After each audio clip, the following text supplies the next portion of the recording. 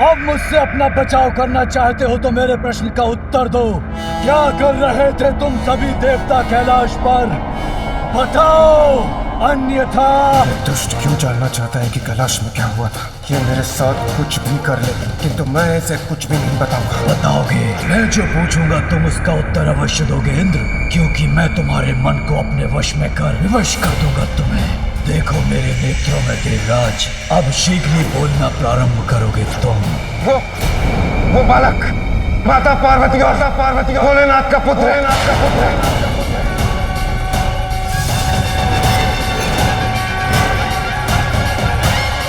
सिंगिका ने उचित कहा था।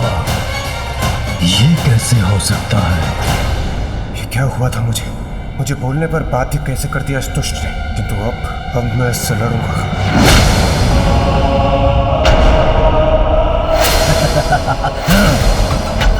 व्यतीत हो रहा है और प्रताड़ित और अपमानित होना है तुम्हें इंद्रदेव। तुम्हें निराश नहीं करूंगा।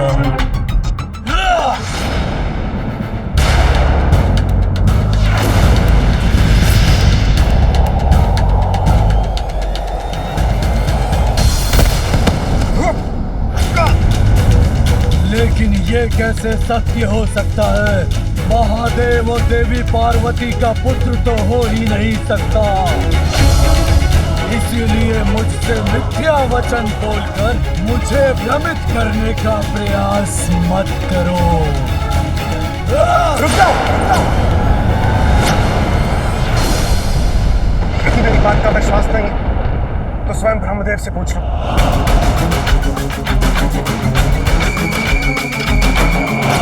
ब्रह्मदेव,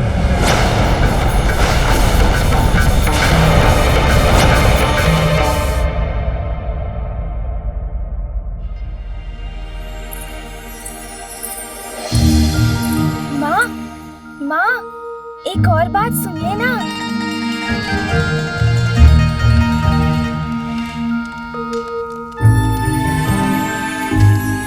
और माँ, एक और बात, पिताश्री का तीसरा नेत्र। हम सभी के पास तो 2 ही नेत्र है, पिताश्री के पास एक तीसरा नेत्र भी है, जानती हैं आप?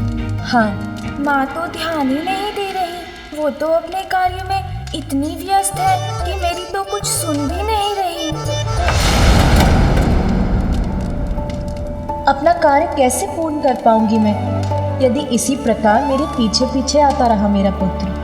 माँ, नंदी जी ने मुझे बताया था कि यदि पिताश्री का तीसरा नेत्र खुल जाए तो फिर सभी कुछ नष्ट हो जाता है, प्रलय हो जाती है। ये प्रलय क्या होती है माँ? पुत्र, प्रलय तो तब होगी जब उसका समय होगा। किंतु ये तुमने क्या किया? अन्न गिरा दिया। अन्न से तो हमें भोजन प्राप्त होता है। प्राण वायु के समान जीवन का स्रोत होता है ये अन्न, इसीलिए हमें कभी भी अन्न का अपमान नहीं करना चाहिए। अब जो हो गया सो हो गया। अभी मैं ये अन्न इस पात्र में डाल देती हूँ, किंतु आगे से ध्यान रहे पुत्र। मुझे क्षमा कर दीजिए माँ।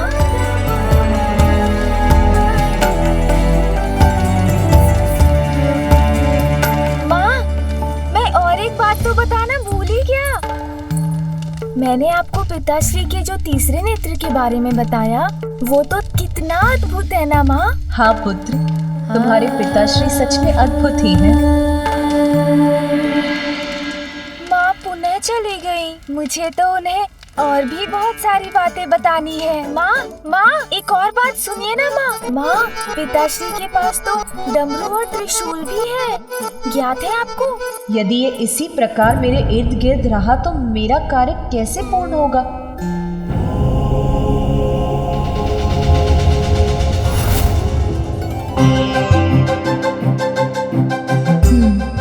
स्वामी को जैसे कोई चिंता ही नहीं है, अपने ध्यान में ही लीन है।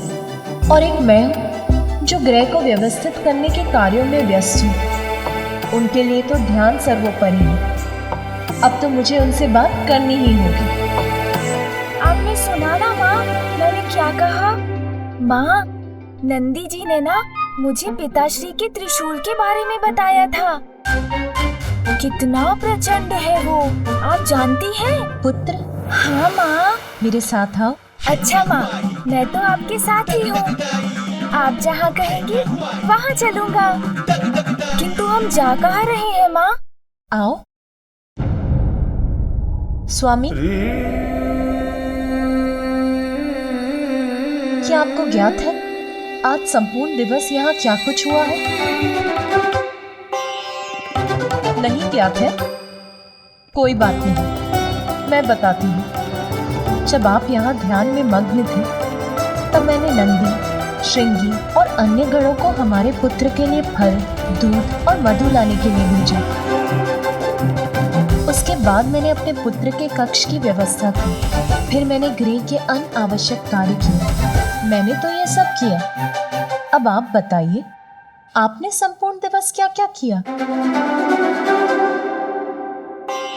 नहीं, इतना विचार करने की आवश्यकता नहीं है, क्योंकि आपने तो ध्यान करने के सिवाय और कुछ भी नहीं किया।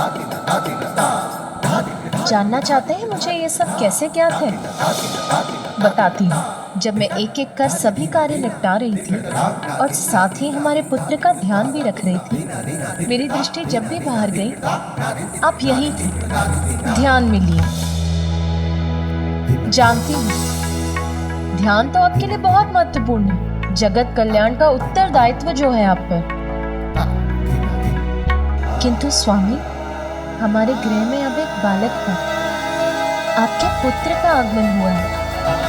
यदि मेरे ऊपर आपका और उसके साथ अन्य कार्यों का भार भी पड़ गया, तो मुझे कठिनाई नहीं होगी क्या? फिर मुझे अपने पुत्र की छठी नामकरण आदि संस्कारों का, उसके जन्म के उत्सव का भी तो विचार करना है। आपसे मैंने गृह के किसी कार्य को करने के लिए तो कभी नहीं कहा। किंतु स्वामी, आपको अपने दायित्व स्वयं समझने चाहिए स्वामी। आपके पुत्र के प्रति आपका भी दायित्व है, ये तो समझते हैं ना आप? अब आप शांत क्यों हो गए? कुछ बोल ही नहीं रहे। कहिए ना, इतना तो आप भी समझते हैं ना? मैं तुम्हारी बात समाप्त होने की प्रतीक्षा कर रहा था प्रिय। मैं समझता हूँ, अपने समस्त दायित्व भली भांति समझता हूँ। कहो, मैं कैसे सहायता कर सकता हूँ? आपको ज्ञात है, आज संपूर्ण दिवस आपका पुत्र मेरे पीछे पीछे घूमकर मुझे ये बताता रहा कि उसके पिता किस किस प्रकार से अद्भुत हैं। तो अब मेरा एक सुझाव है, मैं अपने शेष कार्य समाप्त करके आती हूँ और आप अपने ध्यान के स्थान पर अपने पुत्र के साथ कुछ समय बिताइए, उससे बातें कीजिए। वो आपके बारे में जानने के लिए उत्सुक है, उसकी जिज्ञासा शांत कीजिए स्वामी। अवश्य पार्वती। पुत्र, अब तुम कुछ समय अपने पिताश्री के साथ बैठो, उनसे बातें करो। उचित है ना?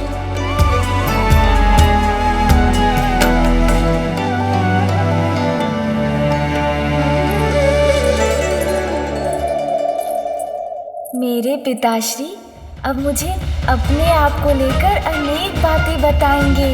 बहुत आनंद आएगा। आओ पुत्र।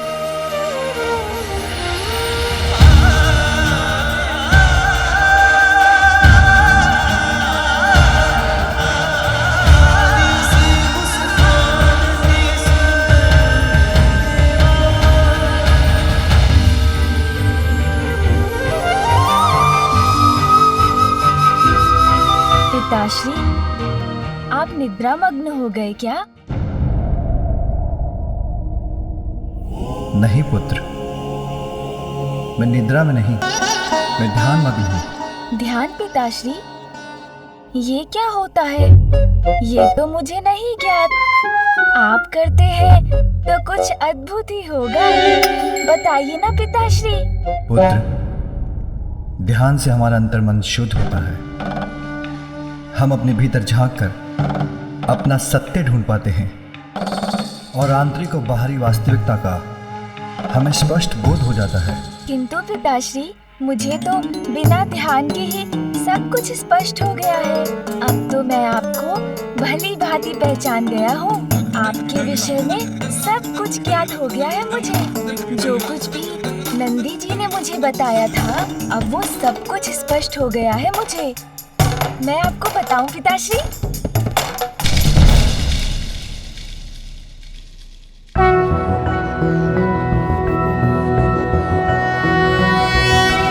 सृष्टि के आप ही नाथ, शिव शंभु जय भोलेनाथ।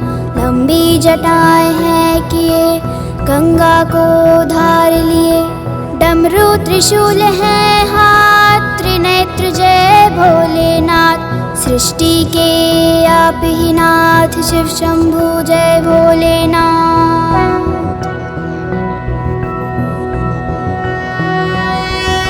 तन पे भस्म है मले, नाग धरा है गले। रुद्राक्ष है क्षण है साथ, बम बोल बम भोलेनाथ। सृष्टि के आप ही नाथ, शिव शंभु जय भोलेनाथ।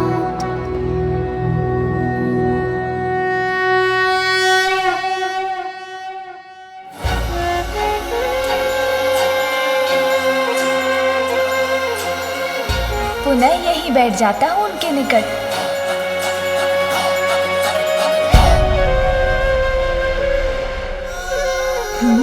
पिताश्री के नेत्र तो पुनः बंद हो गए। अब मैं क्या करूं?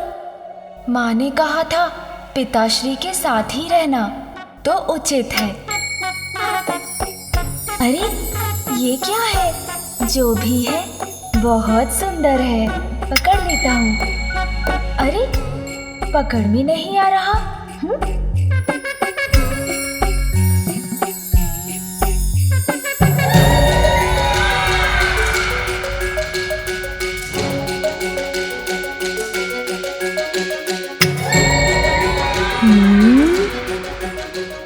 ओह, ये तो कुछ अत्यंत विचित्र और अद्भुत है पिताश्री की जटाओं में। नंदी जी ने तो इसके विषय में कुछ बताया ही नहीं।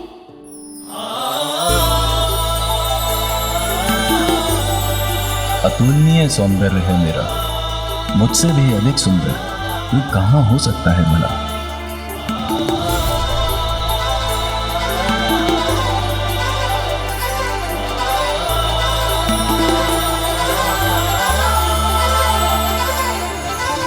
देख लो इसका स्पर्श कैसा होगा।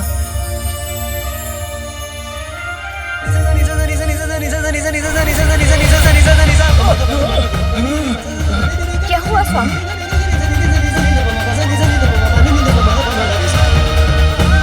ये तो अनर्थ हो गया।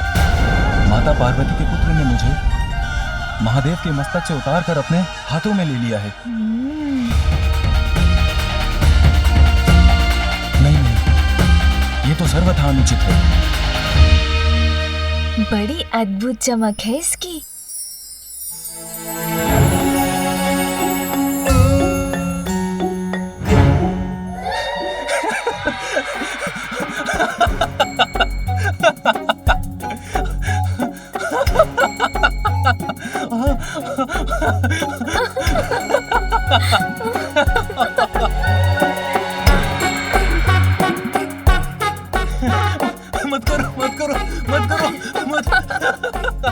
किंतु स्वामी, मैं आपको कहाँ गुदगुदा रही हूँ? माता पार्वती का पुत्र मुझे गुदगुदा कर अब प्रताड़ित कर रहा है।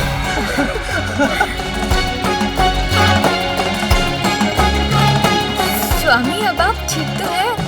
हाँ, अभी तो कुछ अच्छा अनुभव कर रहा हूँ। अपने इस दिव्यास्त्र से मैं सभी बुरे असुरों को नष्ट कर दूंगा।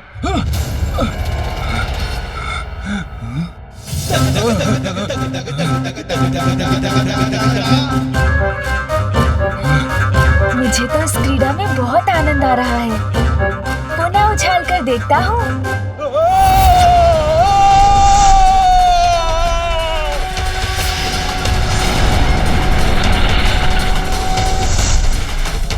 प्रकाश कहाँ से उत्पन्न हो रहा है?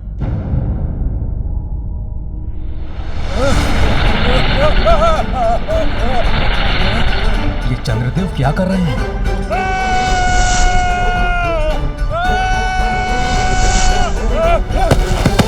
देवी बचाओ मुझे, कुछ कीजिए, सहायता कीजिए मेरी। स्वामी, आपने शनिदेव को देवी पार्वती के पुत्र को देखने के लिए प्रेरित किया था ना? ये उसी का परिणाम है। अब ये तो आपको भुगतना ही होगा। देवी पार्वती का पुत्र चंद्रमा के साथ पीड़ा कर रहा है। कहीं इसके परिणाम स्वरूप कहीं इस पर कोई संकट ना आ जाए। आपकी चिंता दूर करने के लिए मैं अपनी वीणा से कोई राग वादन करती हूँ।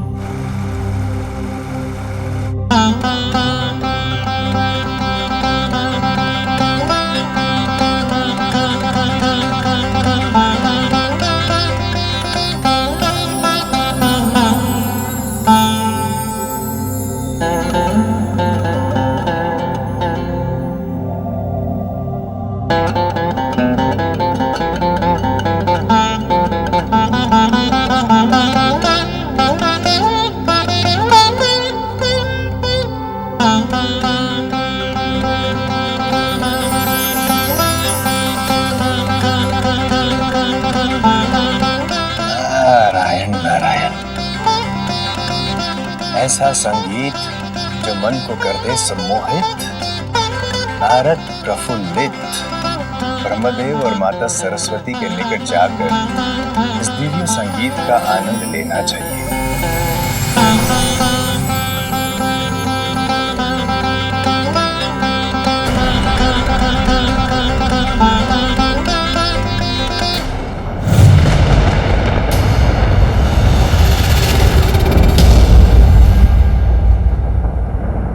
क्या हुआ देवी? अचानक कौन सी चिंता आपको विचलित कर उठी है? ज्ञात नहीं स्वामी, किंतु प्रतीत हो रहा है जैसे कोई अशुभ अपवित्र हमारी ओर बढ़ रहा है। कुछ ऐसा जो हमारे इस पवित्र स्थान को दूषित कर देगा। देवी, जिस प्रकार कमल का पुष्प कीचड़ में रहकर भी अपनी सुंदरता और पवित्रता को कलंक नहीं लगने देता, उसी प्रकार कोई भी अपवित्रता भला आपको स्पर्श कैसे कर सकती है? आप तो स्वयं दिव्य पवित्रता की ही प्रतीक हैं। वैसे भी कभी कभी अपवित्रता के जागृत होने से भी पवित्रता का भी भान होता है। आपका कथन सर्वथा उचित है स्वामी। अपवित्रता के अंत में ही पवित्रता का विस्तार निहित है। किंतु फिर भी यहाँ किसी अपवित्र और दूषित अस्तित्व के आगमन का आभास मुझे चिंता मुक्त नहीं होने दे रहा है स्वामी।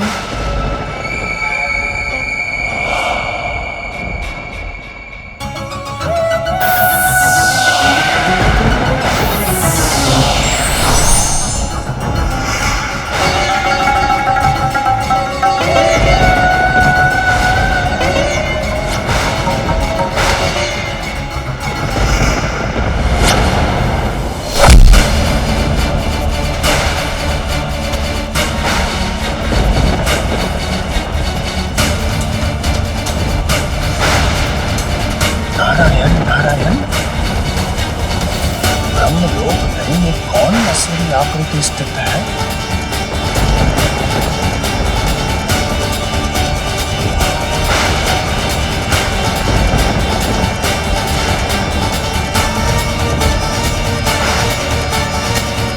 कदाचित देवी सरस्वती की चिंता उचित थी। इस दुष्ट के आगमन की पूर्व सूचना प्राप्त हो रही थी उन्हें।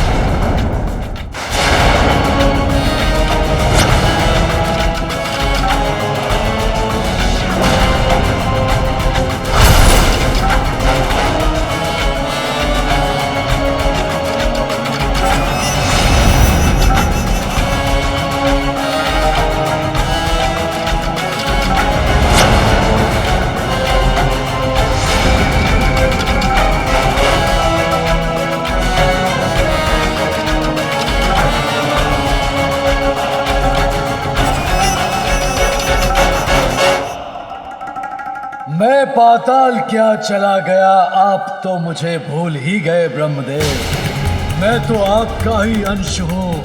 आपकी अशांति का कारण मुझे पता है। मेरे आगमन से ही आप इतने अशांत हैं। मैं कदापि यहाँ पर आने का कष्ट नहीं करता। यदि मैं इंद्रलोक नहीं जाता और मुझे वहाँ पे ये ज्ञात ना होता कि कैलाश में महादेव और देवी पार्वती के पुत्र ने जन्म लिया है।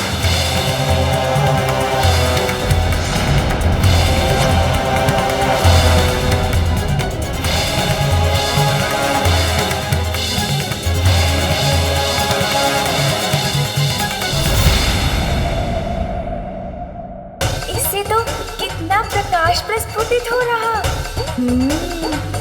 एक बार इसे ढक कर देखता हूँ।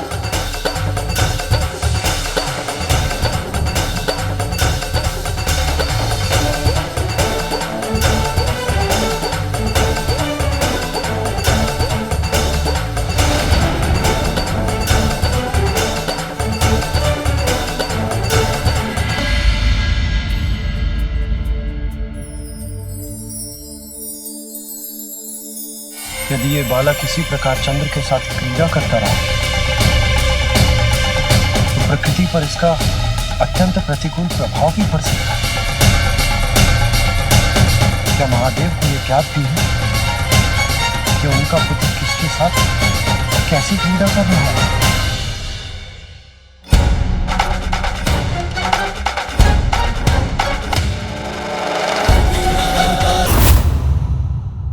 अरे वाह, जल में तो इसका प्रतिबिंब और भी सुंदर लग रहा है। इससे प्रकाशित ये मत्स्य बहुत मनमोहक प्रतीत होती है। इसे जल में डालकर तो और भी स्पष्ट दिखाई देगी ये, और भी सुंदर दृश्य उत्पन्न होगा। बहुत आनंद आएगा।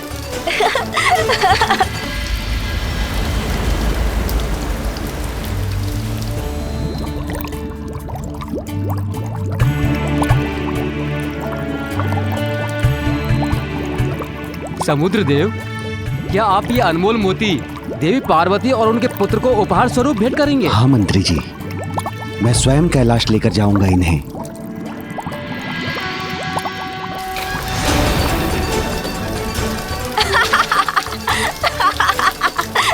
ये गया।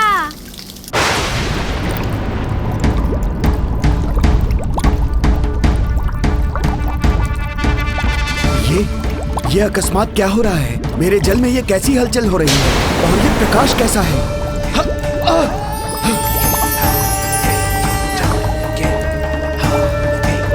चंद्र, वो यहाँ मेरे जल में क्यों है?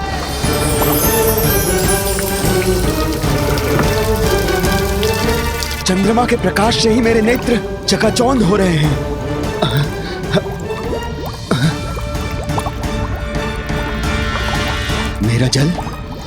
मेरा जल अशांत हो उठा है उनके आगमन से।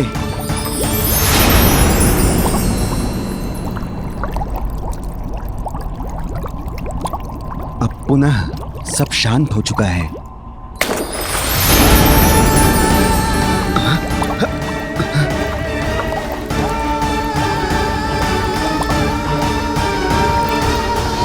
ये चंद्र क्या करने का प्रयास कर रहे हैं? कैसी क्रीड़ा है ये उनकी? मेरा जल अधीर होकर पुनः शांत हो जाता है। क्या कारण हो सकता है इसका?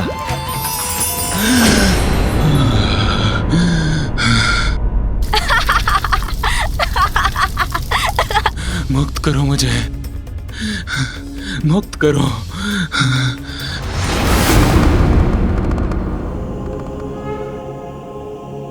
प्रभु,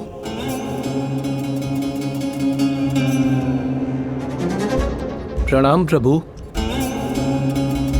नंदी,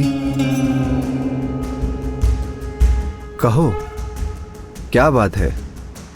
क्या हुआ है? प्रभु, चंद्रशेखर शेखर चंद्र नहीं है।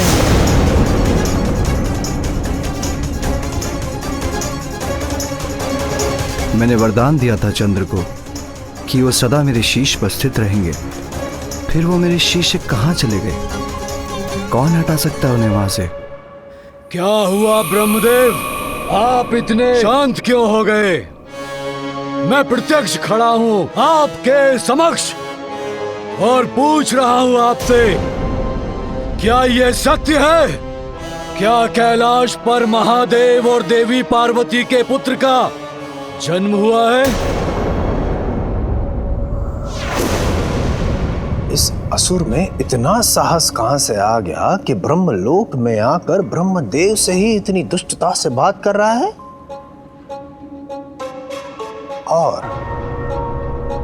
और भोलेनाथ और माता पार्वती के पुत्र में इतनी रुचि क्यों है इस राक्षस को?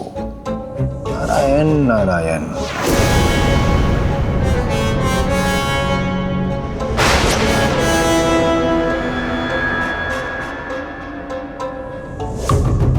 किंतु ये कैसे संभव है? महादेव ने तो वचन दिया था देवताओं को, उनके और देवी पार्वती के संयोग से उन्हें कोई संतान नहीं होगी। यदा यदा हि धर्मस्य ग्लानिर्भवति भारतः अभ्युत्थानम् अधर्मस्य तदात्मानं सृजाम्यहम् परित्राणाय साधूनां विनाशाय च दुष्कृताम् धर्म संस्थापनार्थाय संभवामि युगे युगे।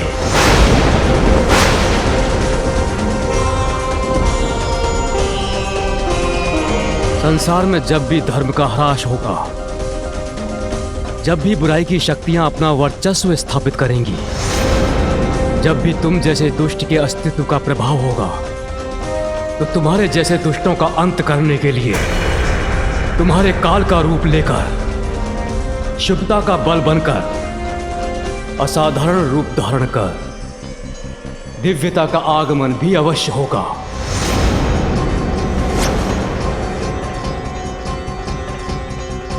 कैलाश में महादेव और देवी पार्वती के पुत्र के रूप में जिसका जन्म हुआ है, वो ही तुम्हारा अंत करेगा सिंदूरा।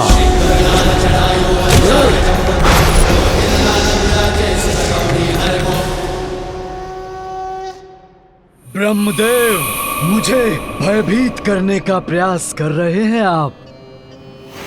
एक बालक अंत करेगा मेरा? कदापि नहीं। क्या आपको स्मरण नहीं है कि मैं अपराजेय हूं?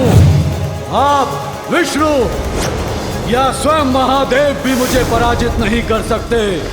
ये तुम्हारा दुर्भाग्य है कि मुझसे प्राप्त वरदान की शक्तियों का अनुचित प्रयोग करके तुम एक पापी दुष्ट असुर बन गए सिंदूरा। किंतु पापी कभी अजेय नहीं होते। ये ज्ञात होते हुए भी तुम अपने कुकृत्यों में लिप्त हो।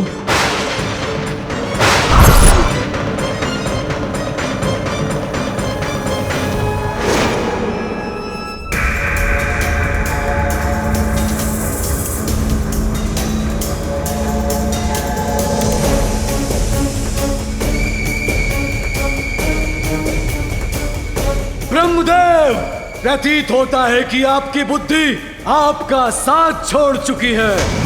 भूल रहे हैं आप। यदि मैं चाहूं तो इसी क्षण आप दोनों का अंत कर सकता हूं, ब्रह्मलोक को नष्ट कर सकता हूं।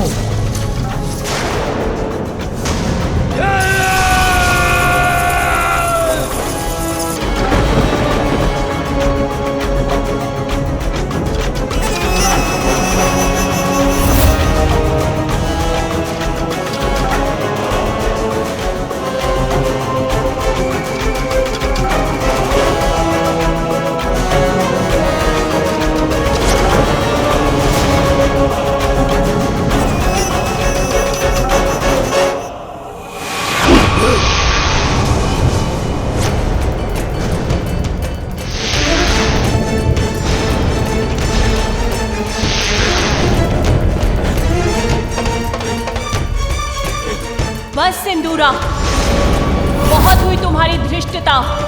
सृष्टि के रचयिता ब्रह्मदेव का अपमान करने का दुस्साहस कैसे किया तुमने?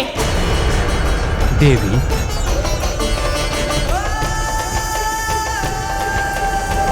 और तुमसे अपेक्षा भी क्या कर सकता हूं मैं? तुमने अपनी शक्तियों को व्यर्थ किया है। संस्कार विहीन तो तुम थे ही, किंतु अब तुम्हारे बल से उत्पन्न अहंकार और तुम्हारी दुष्ट प्रवृत्ति ने तुम्हारा सर्वनाश सुनिश्चित कर दिया है।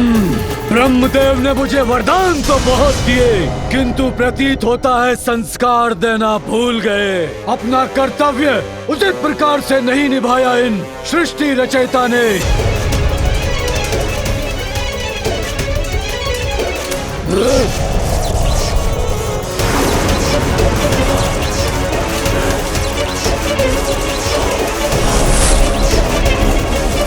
बहुत हुआ ये प्रलाप, अब मैं उस बालक का वध करूंगा। सिंदूरा का अंत कोई नहीं कर सकता, कोई नहीं। उस बालक का अंत कर आपके ब्रह्मलोक को नष्ट करने के लिए शीघ्र लौटूंगा मैं। अजय तो आपने ही मुझे बनाया है ब्रह्मदेव, तो मेरे पराक्रम के परिणाम का सामना करने में कैसा संकोच पिताश्री।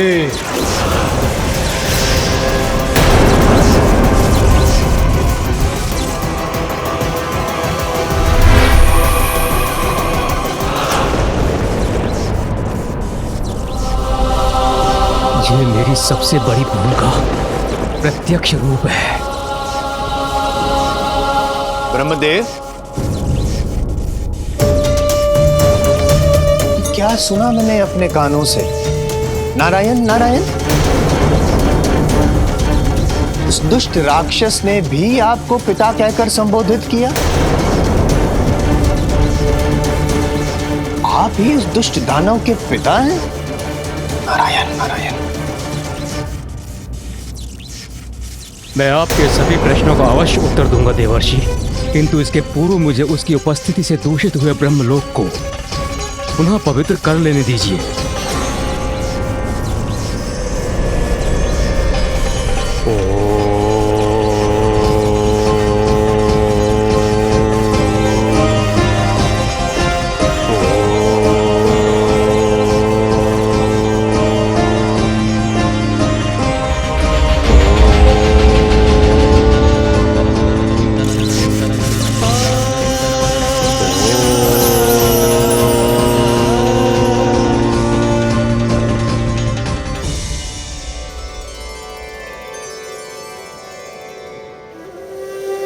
अब मैं आपके प्रश्नों का उत्तर देने के लिए प्रस्तुत हूं देवर्षि। प्रभु, भला ये कौन कर सकता है? किसमें इतना साहस कि आपके शीश से चंद्र ले जाए? इतनी उद्दंडता?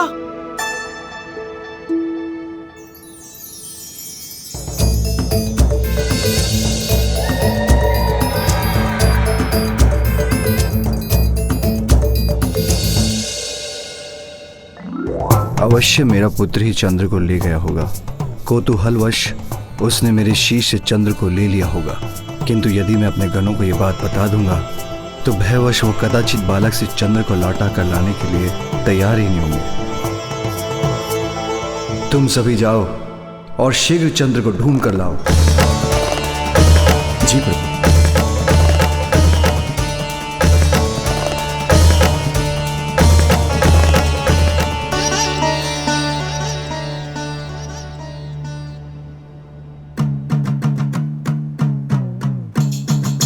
माँ तो तंदलमा तई भी दिखाई नहीं देने।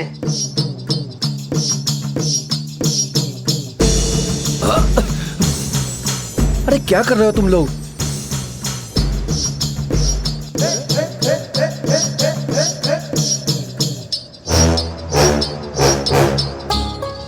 और ये तुम लोग ऊपर क्या देख रहे हो? और नीचे देखकर क्यों नहीं चल रहे हो? प्यास लंदी थी। अरे आप इतना भी नहीं समझते। अरे हम लोग तंदलमा तो ढूंढ रहे हैं ना, तो आसमान में ही मिलेंगे ना। ये नीचे ढूंढो भाई, ढूंढो। इसको समझाना और इन गणों को समझाना असंभव है। मैं आके ढूंढता हूं।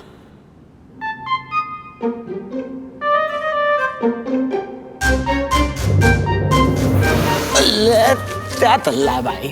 देखते चलना।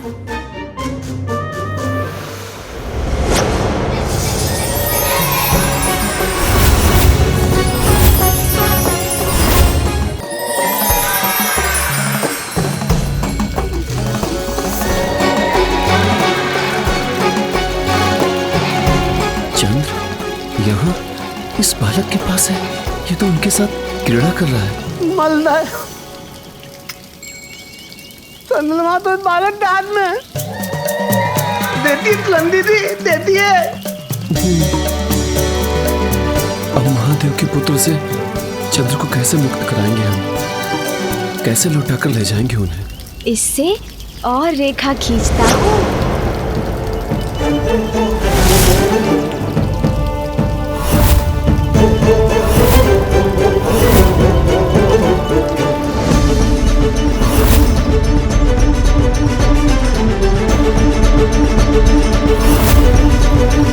ये तो फिर से रेखा खींच रहा है। नहीं श्रृंगी, इसे छेड़ना उचित नहीं।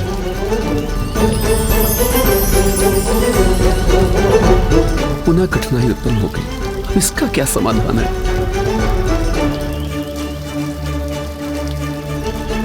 अन्य कोई कण भी इसकी ओर नहीं बढ़ेगा, किंतु प्रभु के आदेश का उल्लंघन भी ना हो, साहस जुटा कि मैं ही आगे बढ़ पाऊं। ये सुंदर है।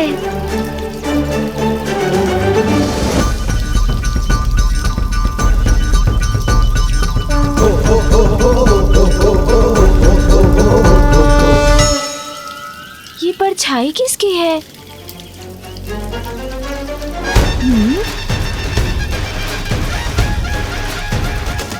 कौन है?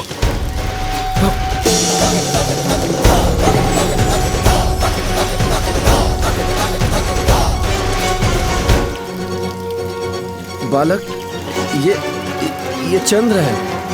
इसके साथ तुम क्रीड़ा नहीं कर सकते हो। अब इसे मुझे लौटा दो। हाँ, लौटा दो।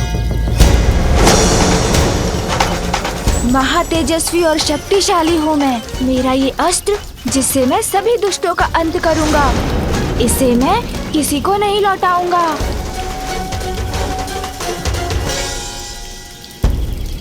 चलो बिल तलो।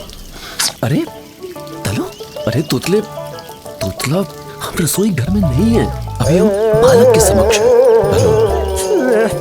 बालक ते तमत्ते तिले तो तेलाऊं।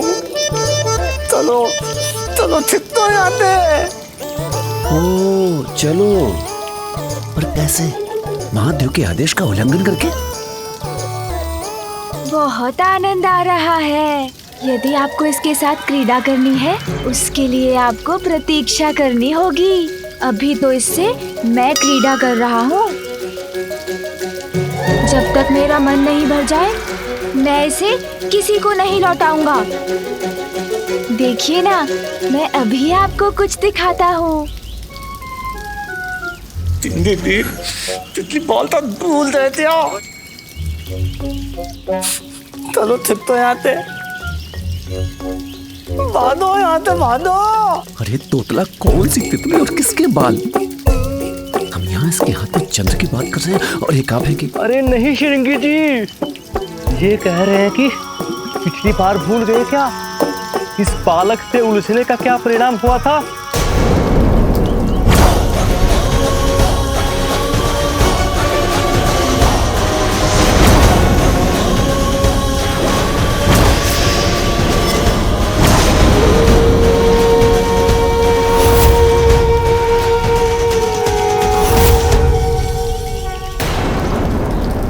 दिखाता हूँ, इसे मैं आकाश में कितने ऊपर तक फेंक सकता हूँ।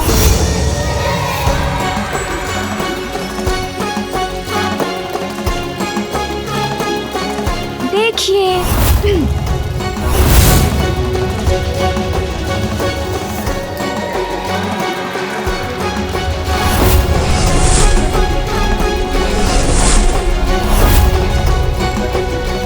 देखा, आप लोगों को अच्छा लगा ना? भागो।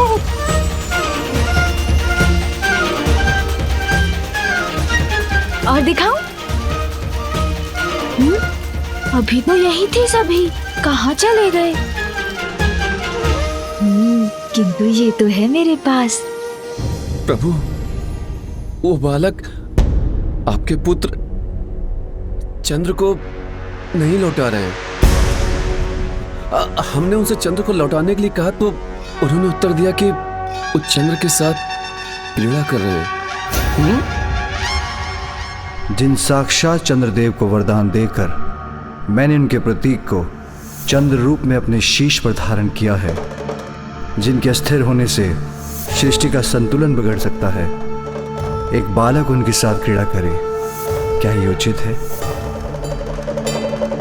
नंदी, तुम जाओ और शीघ्र चंद्र को लौटा कर लाओ। उन्हें उनके उचित स्थान पर स्थापित करो। जी प्रभु।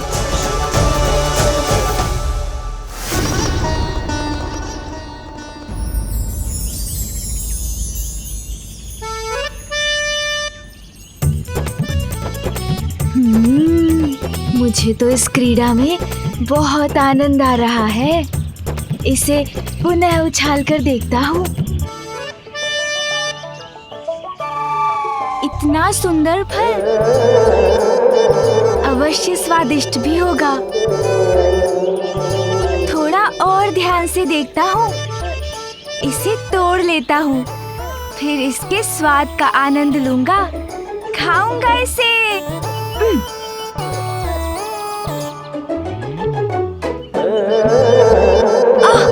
ऊंचाई पर लटका है, मेरी पकड़ में ही नहीं आ रहा। ऐसे तो नहीं तोड़ सकूंगा, कोई युक्ति लगानी होगी।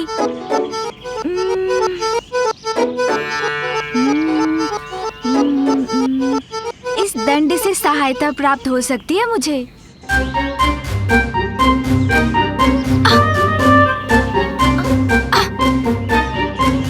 पहुंच तो रहा हूँ, किंतु लक्ष्य नहीं साध पा रहा हूँ। कुछ और करना होगा।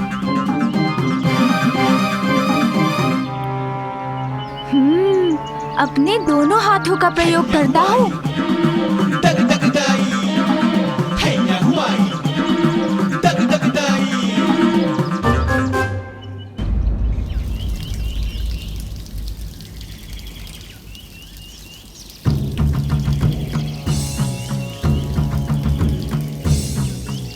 बालक को यहीं कहीं होना चाहिए। यहाँ से अधिक दूर तो नहीं जा पाया होगा।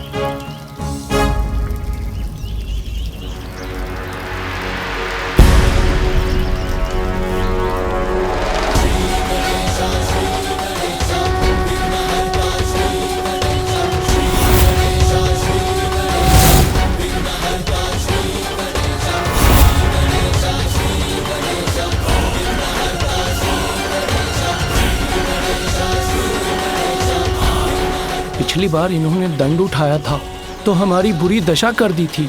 इस बार न जाने क्या कर बैठे। अब मैं प्रभु की आज्ञा का पालन कैसे करूं? इनसे चंद्रमा कैसे प्राप्त करूं?